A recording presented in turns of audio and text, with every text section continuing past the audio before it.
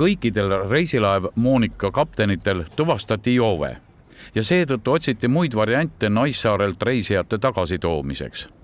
Õnneks jõudis tund pärast seda saarele reisilaev Katariina, kes Moonika reisijad lahkelt ja priilt Tallinna tagasi toimetas.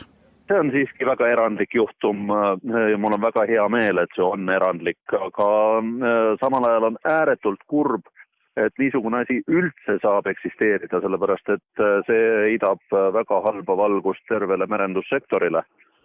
Ja ma tahaksin loota, et selliseid asju tulevikus me enam ei kuule. Meresõiduohutuse seaduses on väikelaeva meeskonnal lubatud 0,5 milligrammi alkoholisisaldust veres. See tähendab, et väljahingatavas õhus võib see olla 0,25. Laeva omanikel on võimalik kehtestada veel väiksemad normid ja reisilaevade puhul on nii ka tehtud.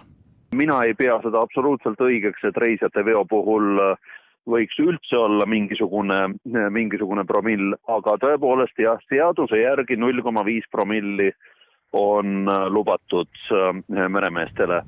Muidugi reisijate veoga tegelevad laevafirmade reeglina on kehtestanud nulltolerantsi. Samas on pühade ajal nii politseil kui munitsipaalpolitseinikel olnud tavapärasest palju vähem väljakutseid ja needki leebemalt laadi.